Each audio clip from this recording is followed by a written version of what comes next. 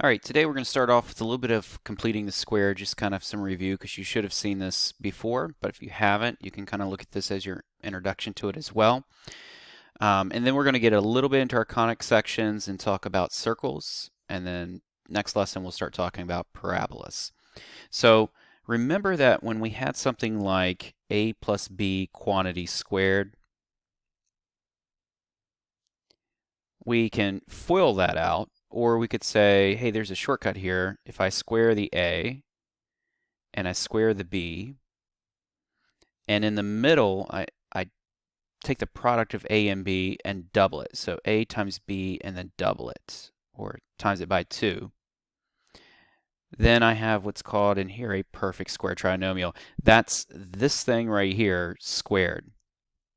You can do this with minuses as well. If you have a minus b quantity squared, that equals a squared and then b squared right here.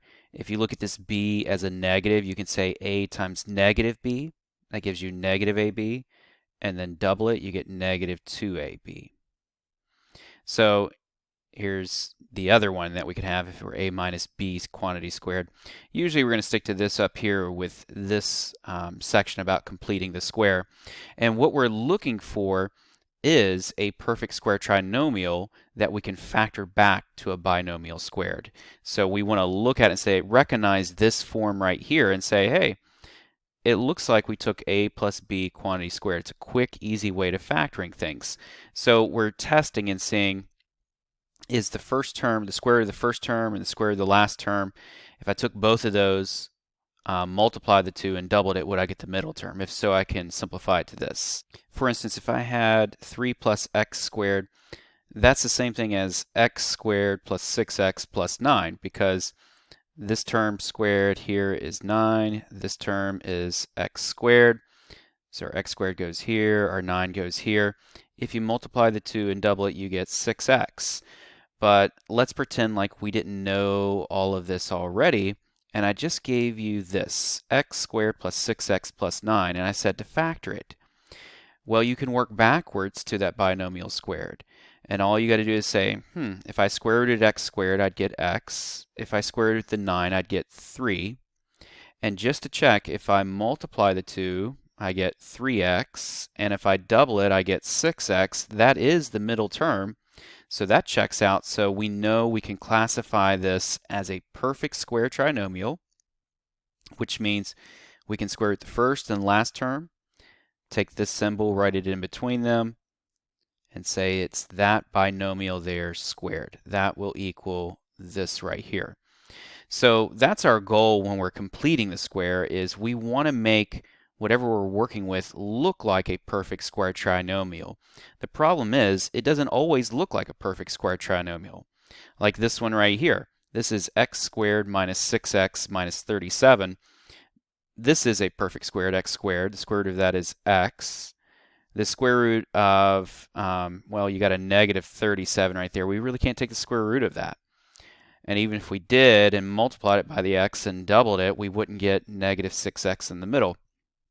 So that kind of presents some problems because it's not a perfect square trinomial. We can't immediately factor it. So what I want to do is complete this thing so it does become a perfect square trinomial. So to recall here, what we're going to do is we're going to take this negative 37 and we're going to just kick it off to the side.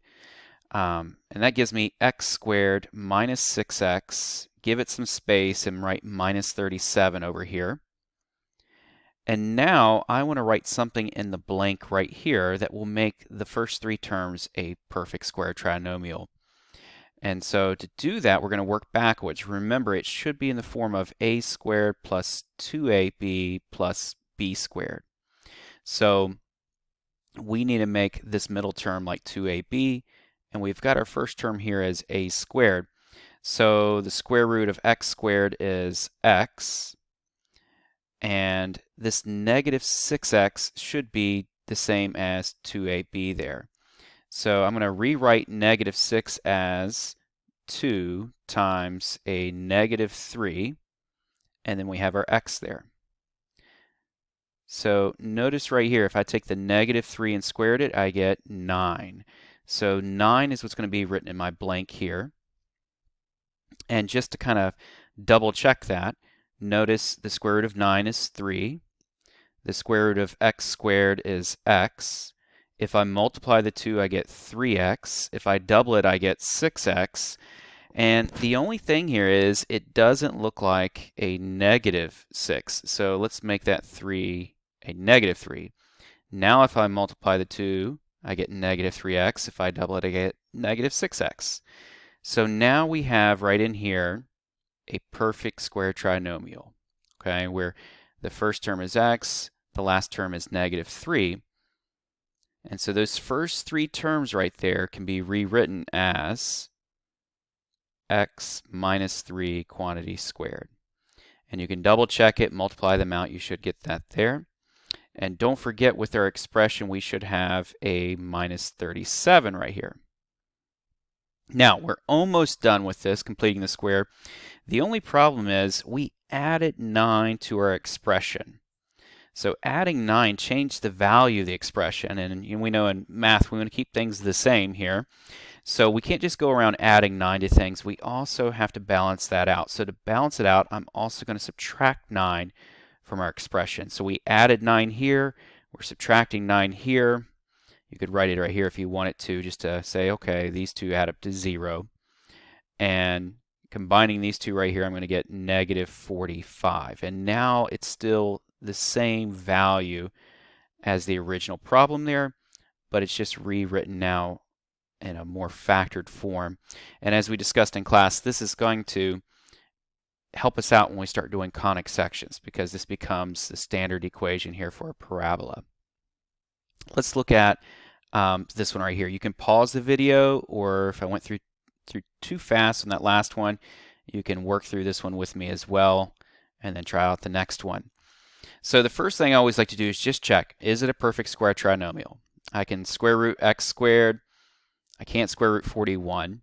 Doesn't mean we can't work with it, but square rooting 41, timesing it by the x, doubling it is not going to give me negative 14. So that's out there. So let's just push the 41 off to the side. We get x squared minus 14x, and then plus 41 right there. Now, I'm going to take half of that negative 14. That gives me a negative 7. And I'm going to square the negative 7. The negative 7 squared is a positive 49. So now this is a perfect square trinomial. I can't just go around adding 49 to a problem. I'm also going to subtract 49. So that way 49 minus 49, that gives me 0. And this right here will now factor into x minus 7 quantity squared. And you can double check this. You can say if I square the x, I get x squared. Square the negative 7, I get positive 49. Multiply negative 7 times x, that gives me negative 14x. Oh, sorry, negative 7x, and then when we double it, you get negative 14x. So this will multiply out to give me this perfect square trinomial. These two combined right here are going to give me negative 8. So I get this right here as my square completed there. Try out this one. Once again, pause the video if you want. Try it out on your own, and then watch to see how I complete it. Once again, we don't have a perfect square trinomial from the beginning, so we're going to tackle this by completing the square. So I have x squared plus 16x. Move the 39 way out here, so you got some room for a space there. Take half of the middle term, you get 8. 8 squared is 64. But I can't just add 64, I also have to subtract 64 from the problem. And then we're going to factor this because it now is a perfect square trinomial. Square root of x is, or x squared is x. Square root of 64 is 8. It's a plus symbol here, so I need to put a plus symbol right there. And that's that binomial squared. And then I just need to do 39 minus 64. So that's going to be, looks like 25, or negative 25 right there.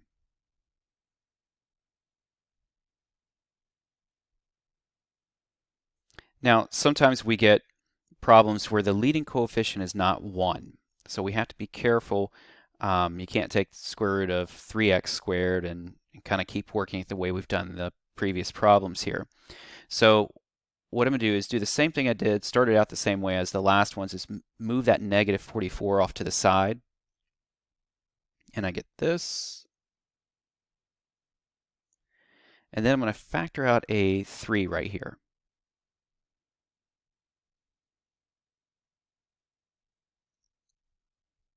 And inside the parentheses is where my blank is going to be.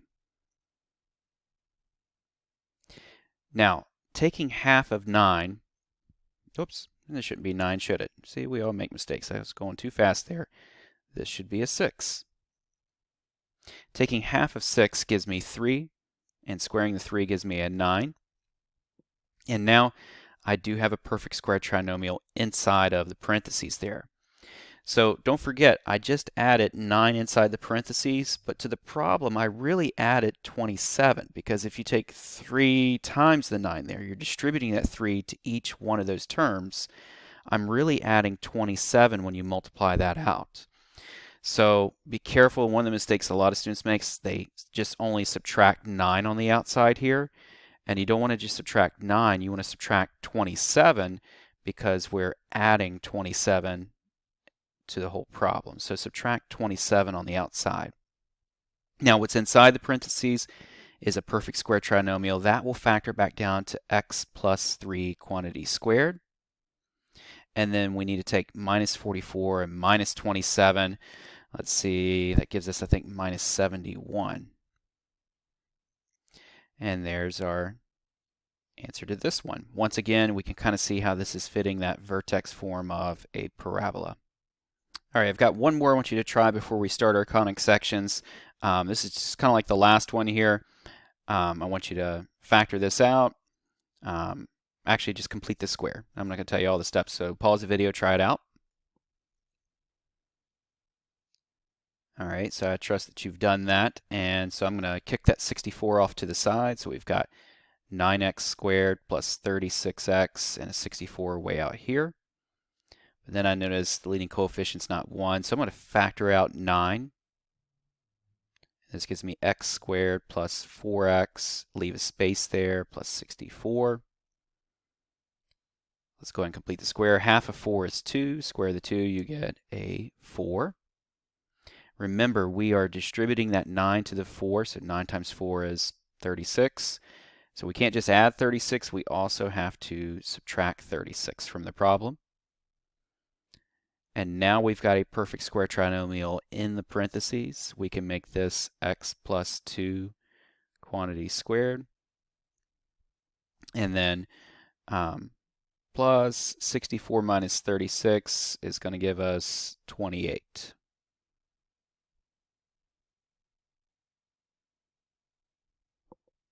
All right, and that takes us to our section here. We're going to start talking about conic sections, and we'll see how all that completing the square helps us out with this section right here. These are a couple images I found online that kind of show you why we call these shapes conic sections: the circle, the ellipse, parabola, and the hyperbola. You're basically taking a cone and you're slicing it. Imagine it being like, I don't know, like cheese, like a cone-shaped piece of cheese, and you're taking a knife and you're slicing it at different angles. If you slice that cone completely parallel to the base, you're going to get a circle. And then the others are going to be at different angles. You'll get either an ellipse, a parabola, or a hyperbola. With the parabola and the hyperbola, just, I like the way this picture was online. The problem is with this one, it's really hard to tell the difference between the two. Parabola and hyperbola look like almost the same thing. And really with conic sections, what we're dealing with are two cones. So this image on the right, not as pretty as the one on the left, or labeled like the one on the left, but it kind of shows you what it's really going on. We've got two cones that are connected at the very peak of those cones. And you see that with the circle, you're slicing it completely parallel to the base, and you only get one image there. With the parabola, you're slicing it just enough of an angle where you're only intersecting one of the cones. Same with the ellipse, but it's like more of a completed section there.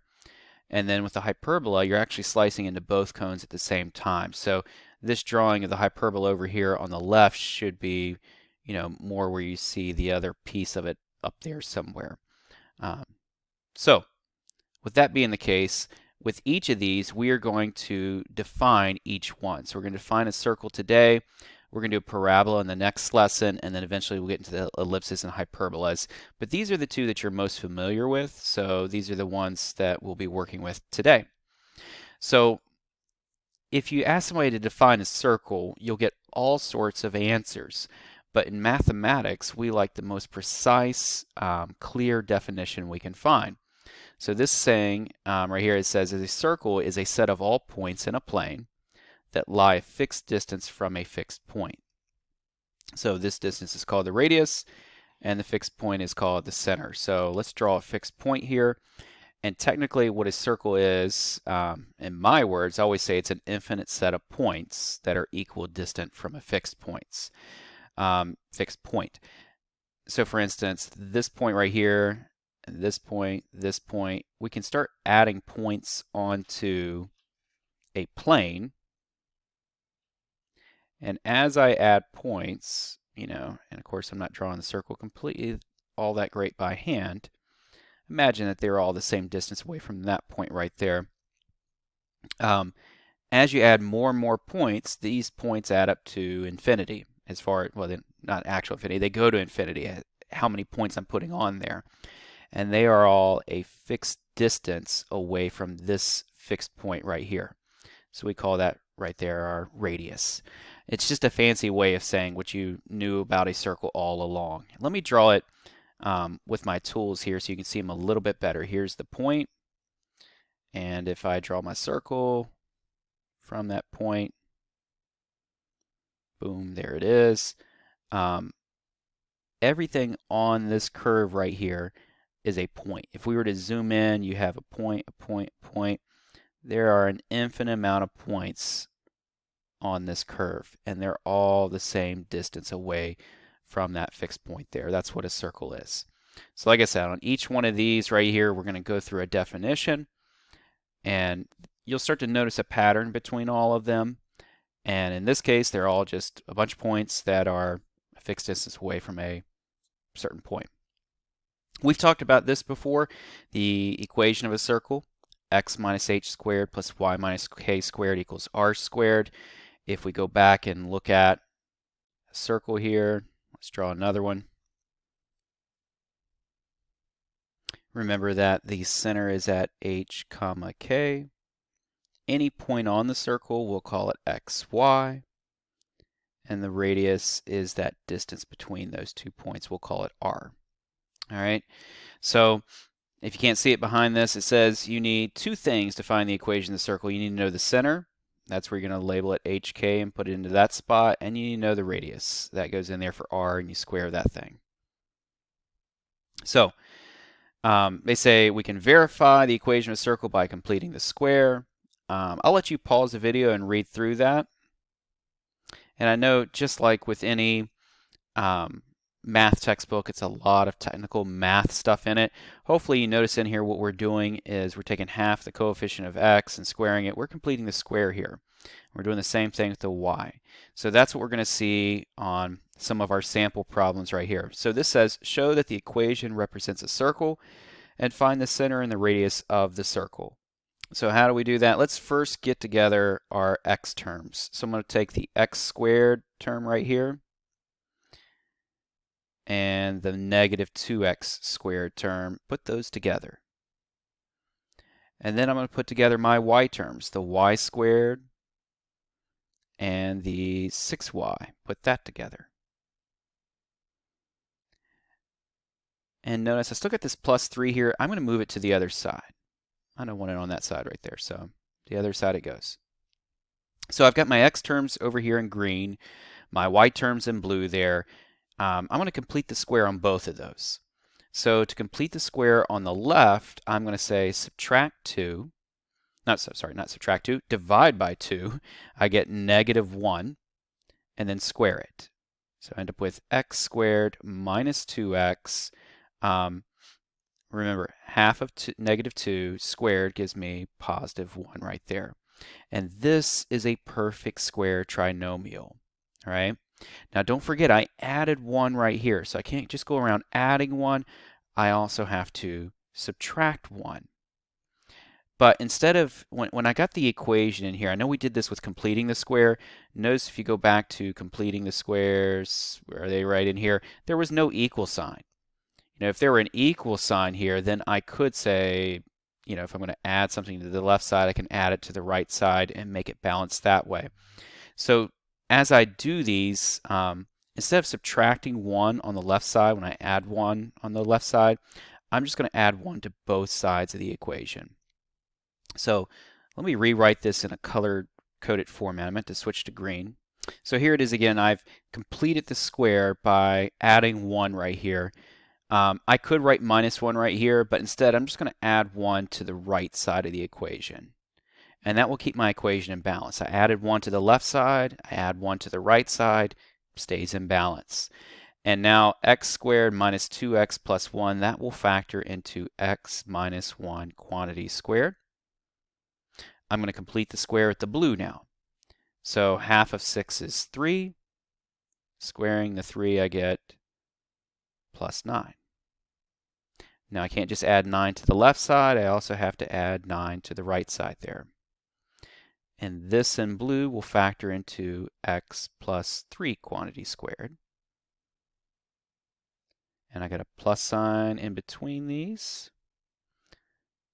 Actually, let me switch to black here so we can tell it's not part of all that. I got an equal sign here. Let's add this up. So I had the -3 from when I moved that 3 over, the 1 from when I completed the square with the green, the 9 from when I completed the square with the blue. Adding these up, I get 7. And so this is the equation of a circle, and I just noticed that should be a y, right? Sorry about that. There we go. So that's the equation of our circle right here. It does say to find the center and to find the radius of the circle. So remember, our general form for equation of circle is x minus h squared plus y minus k squared equals the radius squared. So we got our radius here to be 7, and that is r squared. So r squared equals 7, so the radius must equal the root of 7. So our radius is equal to the square root of 7.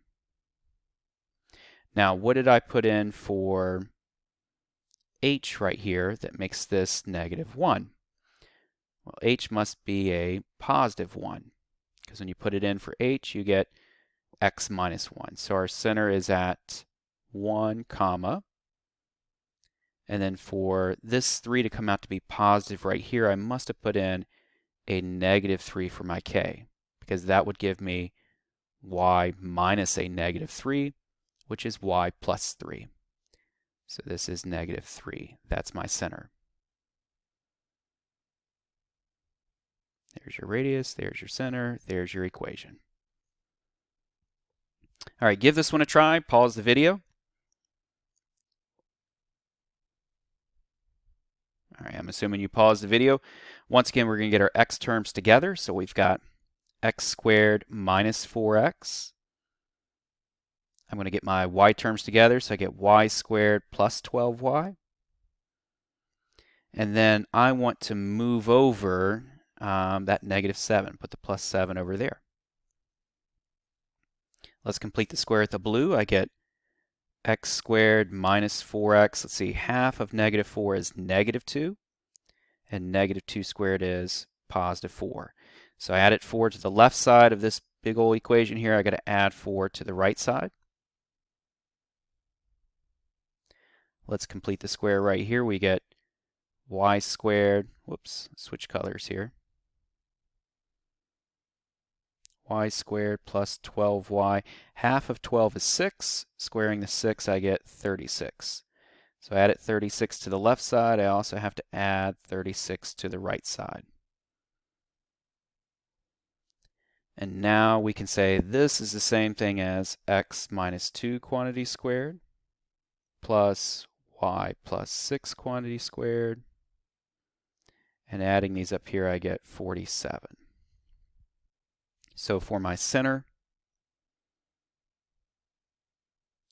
the center is at 2, -6. You can kind of think of just taking the opposite signs there. So we get 2, -6. And then square root what's by itself here, that's your radius.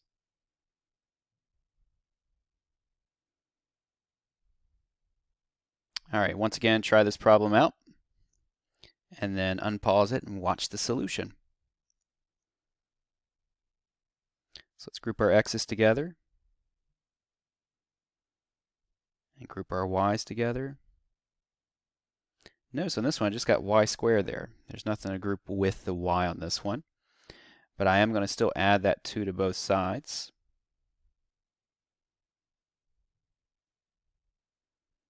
And I'm going to complete the square with my blue here. So let's see, we get x squared plus 8x. Half of 8 is 4. Squared gives me 16. So add 16 to the right side. Now, this is pretty much already in factored form. I don't have to complete the square there. And so that just kind of comes down the way it is as y squared. And now I can write this, let's see here, let's factor that into x plus 4 quantity squared. You can look at this as y minus 0 squared if you want to, but we usually just write it out as y squared there. And then 2 plus 16 is 18. So here's the equation of my circle. Now when I think about the equation, standard form of equation of a circle, you got x minus h squared plus y minus k squared equals r squared. For h, I must have put in a -4. So the center is at -4, comma.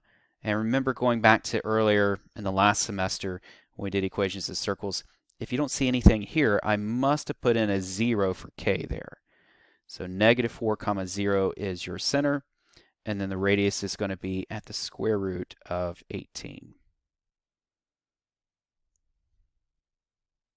And if your teacher makes you rationalize the denominator, you can do that. Say root 2 times root 9 gives you root 18. The square root of 9 is 3, so you get 3 squared to 2. For my class, I'll take square root of 18 on a problem like this, though. All right, pause the video again, try this out.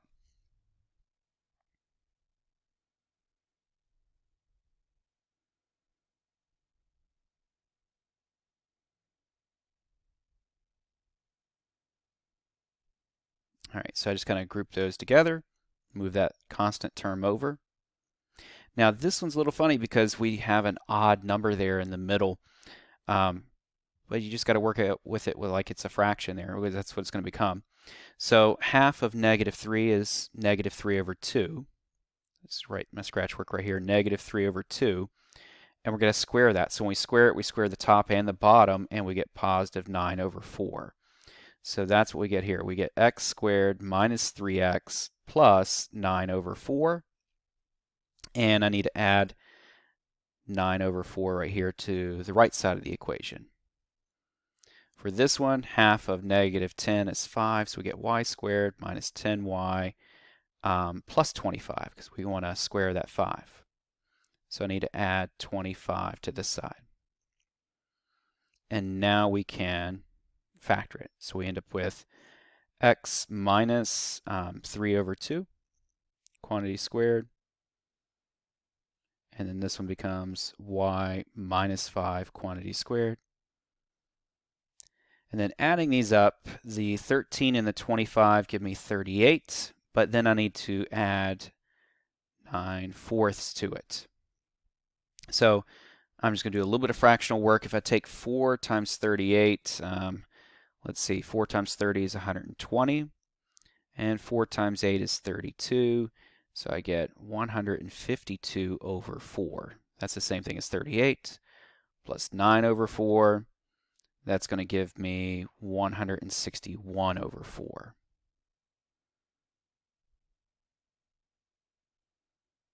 And there's your equation of that circle. Still need to know the center and the radius, though. So let's scratch all that out. And we can say that the center is at positive 3/2. Remember, you're going to take the opposite sign there, comma, positive 5. And then the radius is at, well, it's going to be the square root of 161 over 4. So you get the square root of 161. Now, the square root of 4, though, we know that. We can write that down as 2. So we'll write it out like that.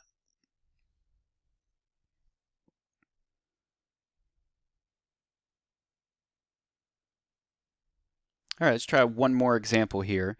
Once again, pause the video. You know the drill. Pause the video, try it out, and then come back to see the solution.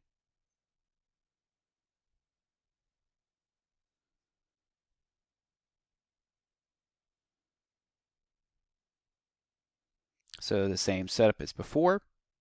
I'm going to take half of 9 again. It's going to give me 9 over 2. Square it, I get 81 over 4. But you can't just go around adding 81 over 4 to things, right? You got to add 81 over 4 to this side as well.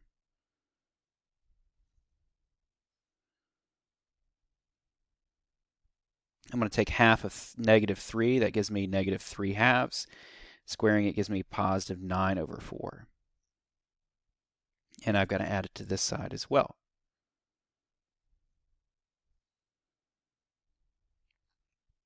So this over here will factor into x plus 9 halves quantity squared.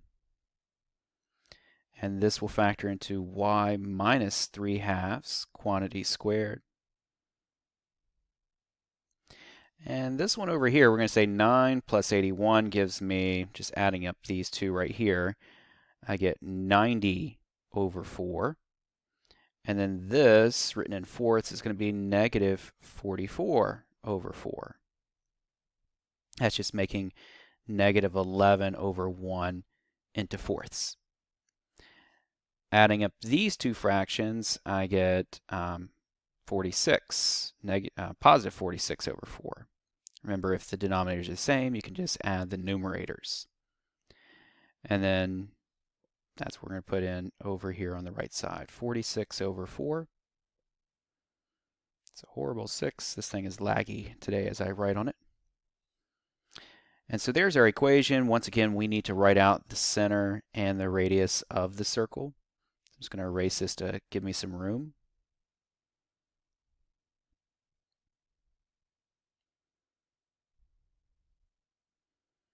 And so the center is at, see your center, opposite signs here, negative 9 halves, positive 3 halves. That's just opposite signs that we got going on there. And then the radius is going to be at the square root of this number 46 over 4. So the square root of 46, not a perfect square, so we can leave it like that. Square root 46, this should be an equal sign. And then, but we can't take the square root of 4, it's going to be 2 there. There's our center, there's our radius.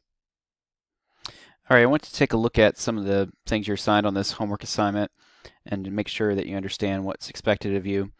So these first 6 problems, they're kind of like what we just did.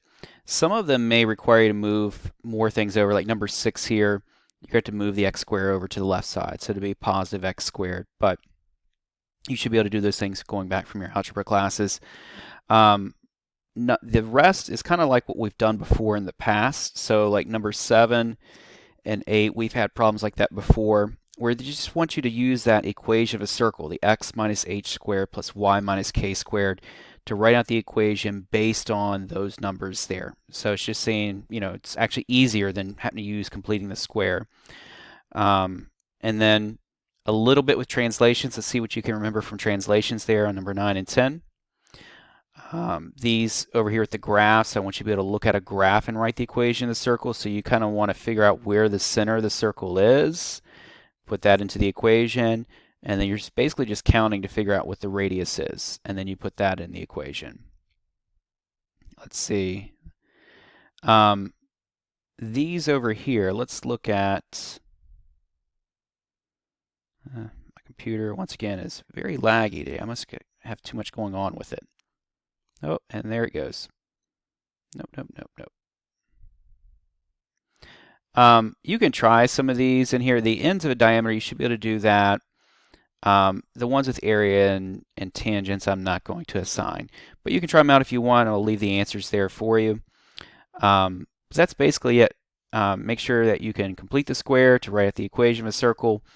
We're going to not get away from completing the square until we're done with conic sections. So you're going to have to use it on parabolas, you're going to have to use it on ellipses, you're going to have to use it on hyperbolas. So I want to start you off with something that you already knew, and that was equations of circles, and so you can see how it's useful. And hopefully completing the square and writing the equations of circles was an easy lesson for you. Give those a try. If you have any questions, let me know. Thanks for listening today, and thanks for working hard.